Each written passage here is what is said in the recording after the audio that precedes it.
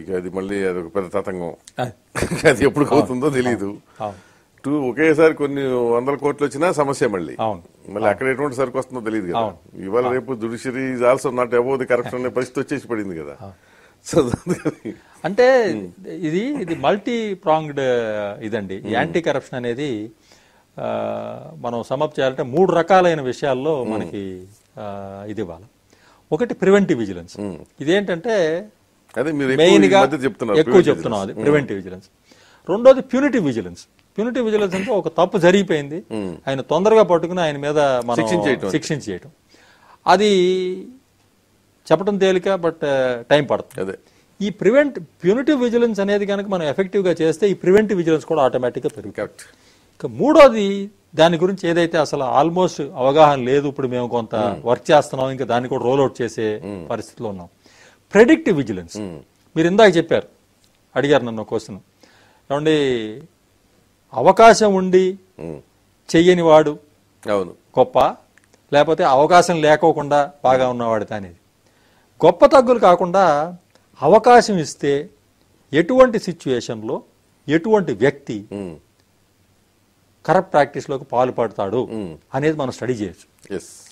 మీకు for example నాకు ఇది ఐడియా ఎందుకు వచ్చింది ఏంటంటే, సరే ఈ ఇన్కమ్ ట్యాక్స్లో తర్వాత ఈ సివిసిలో పనిచేయటం కాకుండా మీరు ఈ సూపర్ మార్కెట్లో చూస్తే డిపార్ట్మెంటల్ స్టోర్స్లో కానీ ఈ అమెరికాలో కానీ ఈ మిగతా ఈ వెస్ట్రన్ కంట్రీస్లో వీళ్ళు స్టడీ చేసి వాళ్ళు సూపర్ మార్కెట్లో సరుకుల్ని ప్రతిరోజు మారుస్తూ ఉంటారు. శుక్రవారం సాయంత్రం వస్తే వీకెండ్కి శని ఆదివారాలకి ఏం కావాలి, ఏదో బీర్ బాటిలో లేకపోతే ఇంకోటో ఆ రిక్వైర్మెంట్ దగ్గర తెచ్చి పెడుతున్నారు. అదే మండే అయితే దీన్ని వెనక్కి తీసుకెళ్ళి ఇంకో దాన్ని పట్టుకొస్తున్నారు. సో వాళ్ళు దీన్ని over a period of time దీన్ని స్టడీ చేసి ఈ కన్స్యూమర్ బిహేవియర్ ఎట్లా ఉంది అట్లాగే వాళ్ళు స్టడీ చేశారు. మీరు టీవీ లైన్లో ఉన్నారు, 11 గంటల నుంచి 12 గంటల వరకు మధ్యాహ్నం పూట మీకు వ్యూవర్స్ ఎక్కువ గృహిణులు ఉంటారు. అవును అవును. ఆ టైంలో మీరు ఆఫీస్ గోయర్స్ ప్రోగ్రామ్ వేస్తే నడవదు. అట్లాగే మీరు స్టడీ చేశారు దాన్ని 9 to 10 or 9 to 9:30 in the night, ఏదో ప్రైమ్ టైం అంటున్నారు. ఈ మాదిరి మనం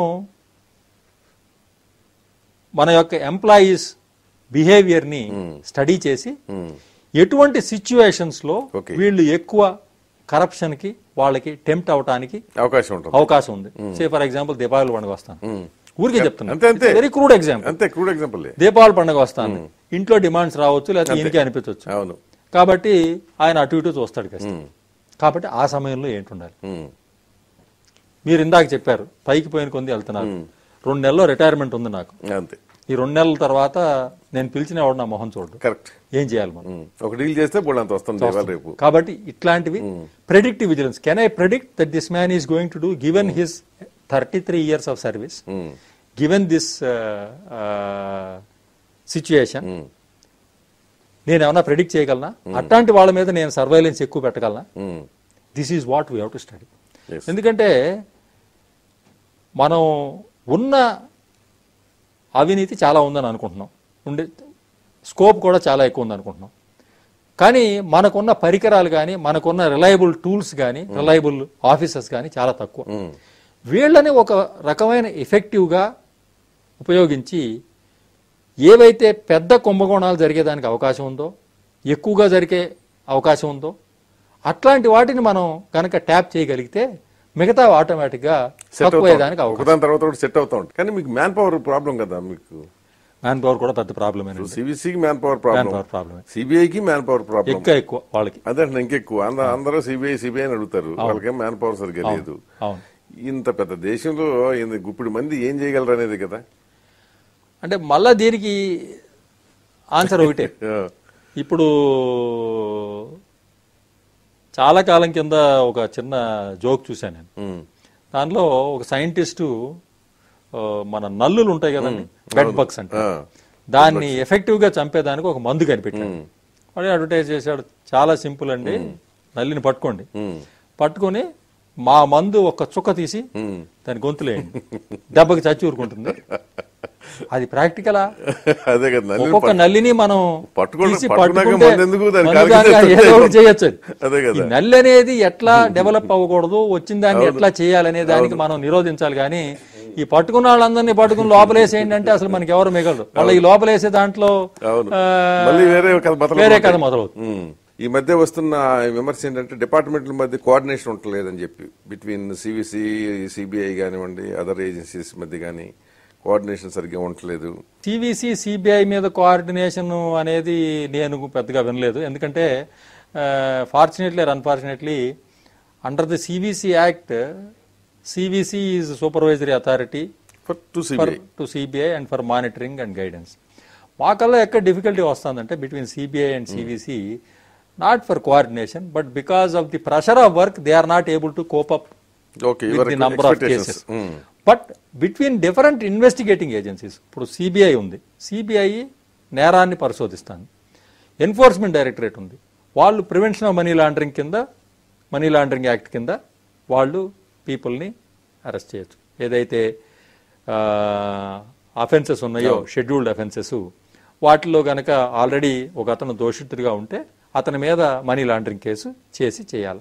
కానీ అది ఒక విచిత్రం యాక్ట్ కదా సార్. అది ఇప్పుడు మన ఎన్ఫోర్స్మెంట్ డైరెక్టరేట్ వాడు సుమోటోగా వాడు ఏం చేయలేడు. అది పోలీసు వాడు, సిబిఐ వాడు ఎవడన్నా కేసు పెడితే ఆ ఛార్జ్ షీట్ తెచ్చుకుని వాడు బయలుదేరతాడు. అంటే దానికి ప్రస్తుతం ఉన్న పిఎంఎల్ఏ యాక్ట్లో దానికి మీకు ఒక అఫెన్స్ ఆల్రెడీ కమిట్ అయి ఉంటే ఆ అఫెన్స్ నుంచి ఇతనికి అఫెన్స్ జనరేట్ అవుతాను. బట్ పేరు మనకి ఏం సజెస్ట్ చేస్తుందంటే ప్రివెన్షన్ ఆఫ్ మనీ లాండరింగ్, అంటే మనీ లాండరింగ్ అనేది ఎక్కడన్నా జరిగితే వీడు పట్టుకోవడానికి ఉంది అనేది. దానికి ఈ ముందు అసలు ఈ అఫెన్స్ అనేది ఇంపార్టెంట్. ఏది any one of those listed offences ఉంటే వీరు ఆ కేసుని ఆధారం చేసుకుని మనీ ఎట్లా లాండర్ అయింది అనేది చూడాలి. ఎందుకంటే that is not basically income tax act like thing, it is only to trace the criminal money. Exactly, criminal money. So ఈ సిబిఐ తర్వాత పిఎంఎల్ఏ కింద ఎన్ఫోర్స్మెంట్ డైరెక్టరేటు, తర్వాత ఇన్కమ్ ట్యాక్స్ డిపార్ట్మెంట్, వాళ్ళ దగ్గర చాలా డేటా ఉంటుంది. Whether it is criminal money or tax avoided money or tax paid money, there's lot of data. అట్లాగే DRI, ఇట్లా ఇంకా నార్కాటిక్స్ వాళ్ళు. ఈ డిఫరెంట్ ఏజెన్సీస్ మధ్య there is some amount of lack of coordination. దీన్ని నోటీస్ చేసే ఈ మన స్పెషల్ ఇన్వెస్టిగేషన్ టీమ్ అని చెప్పేసి మన సుప్రీం కోర్టు డైరెక్షన్ లో సెంట్రల్ గవర్నమెంట్ వాళ్ళు క్రియేట్ చేశారు.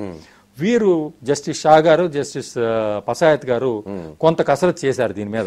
ఈ ఏజెన్సీస్ మధ్య సయోధ్య ఎట్లా తీసుకురావాలి. ఒక సెంట్రల్ గా సిఈఐబి, సెంట్రల్ ఎకనామిక్ ఇంటెలిజెన్స్ బ్యూరో అని ఒక ఏజెన్సీ ఉంది. అది 86 లో తీసుకొచ్చారు. దీని పర్పస్ ఏంటంటే ఈ ఏజెన్సీస్ అన్నిటినీ కలిపి నడిపించేదానికని. వారు విపి సింగ్ గారు ఉండగా he notice this and he brought this. కాకపోతే ఓవర్ పీరియడ్ ఆఫ్ టైం ఏమైపోయిందంటే ఈ సిఐబి అనే వాళ్ళు మేమే కేసులు చేసి మేమే పట్టుకుని ఆ దండ లేదా మేమే వేయించుకోవాలన్న ధోరణిలో కొంతకాలం వాళ్ళు సొంతంగా కేసులు ఇన్వెస్టిగేట్ చేయడం వలన ఈ కోఆర్డినేషన్ పోయి వాళ్ళు కూడా ఇంకొక ఇన్వెస్టిగేటింగ్ ఏజెన్సీ ఆల్రెడీ ఉన్నారు వీళ్ళంతా, మీరు ఇంకొక కొత్త ఏజెన్సీ అయ్యారు.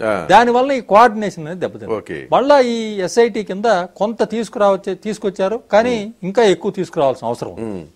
ఎందుకంటే అది చేస్తే ఏంటంటే ఎక్కువ ఎఫెక్ట్, రిజల్ట్ ఎక్కువ ఉంటుంది. Sharing of information is more important. లేదంటే సాబిటైజ్ కూడా చేసుకునే ప్రమాదం ఉంటుంది. తప్పకుండా కోఆర్డినేషన్ లేకపోతే సాబిటైజ్ అవుతుంది. అవును. సో అట్లాగే ఇప్పుడు ఈ కంట్రీలో మీ కింద పనిచేసే CBI it last almost it's credibility because of political reasons. CBI వాళ్ళు ఏదైనా ఒక కేసు డిటెక్ట్ చేస్తే అది ఆన్ మెరిట్స్ అని చెప్పలేని పరిస్థితికి తీసుకొచ్చుకున్నాం. అది అంటే ఒక ఇవాళ ఎక్స్ ఉండొచ్చు, వై ఉండొచ్చు సిబిఐలో, కానీ unfortunately that is prime investigation organisation of India కదా.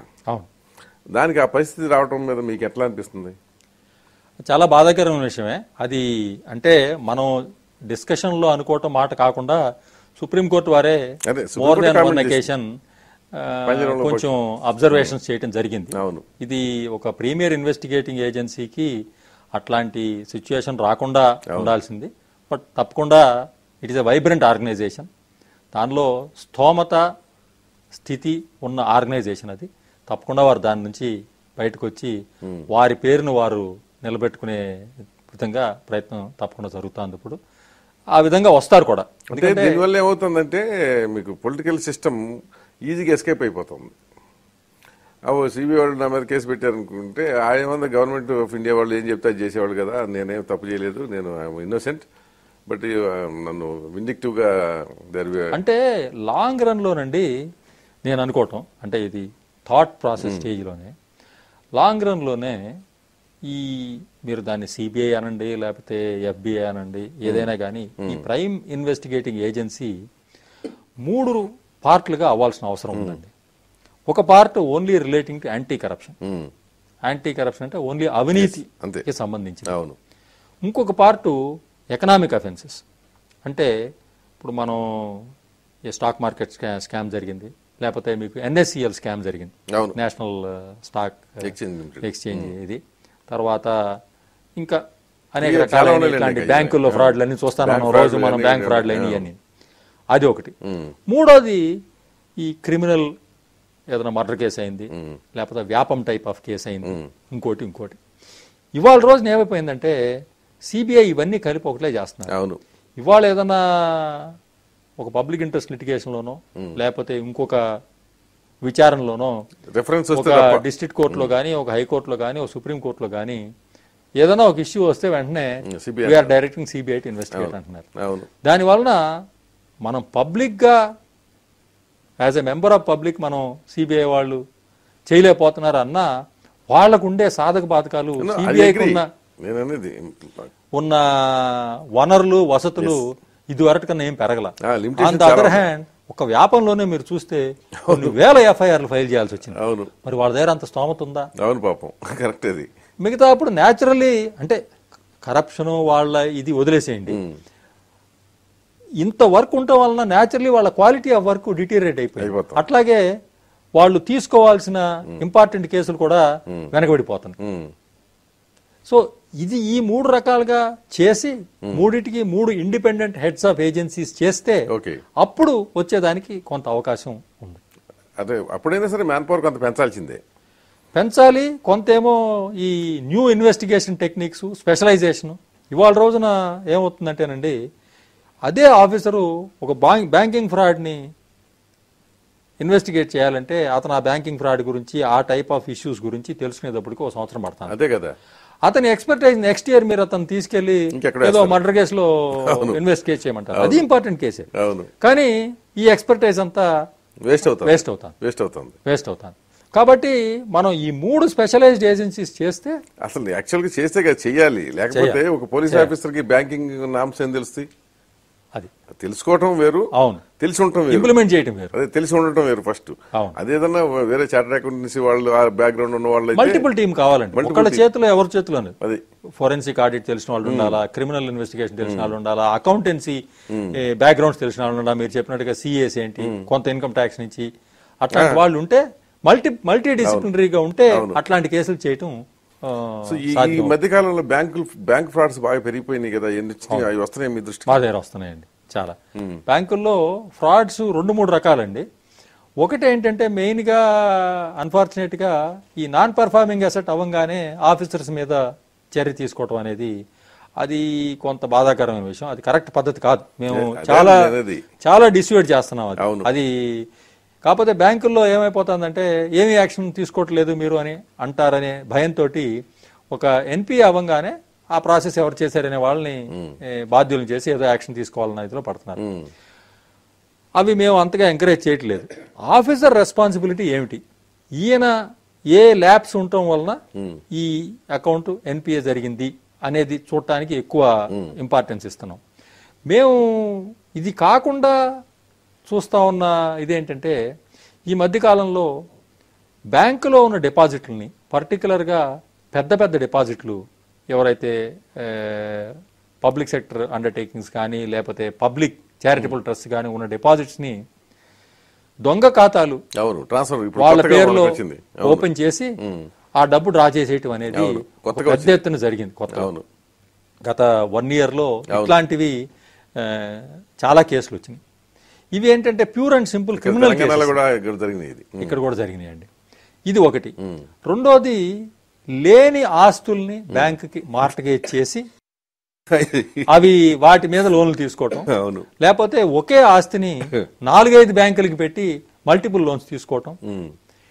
వీటిలో కొన్నేమో బ్యాంక్ ఆఫీసర్స్ విక్టిమ్స్, అంటే పాపం వారికి అవగాహన లేక లేకపోతే వెరిఫై చేసుకునే చెయ్యాలి అనే ఒక మ్యాండేటరీ డైరెక్షన్ లేక అవి జరుగుతూ ఉన్నాయి.